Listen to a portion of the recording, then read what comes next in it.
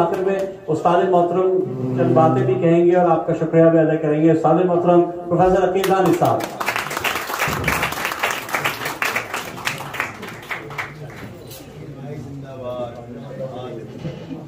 अस्सलाम वालेकुम ख़वातीन हज़रात, मैं ये देखकर बहुत खुश हो रहा हूँ इस महफिल के शुरू में जितने लोग यहाँ मौजूद थे, इतनी शब गुजरने के बाद भी आप लोग बहुत दूर जाना से बावजूद यहाँ मौजूद हैं।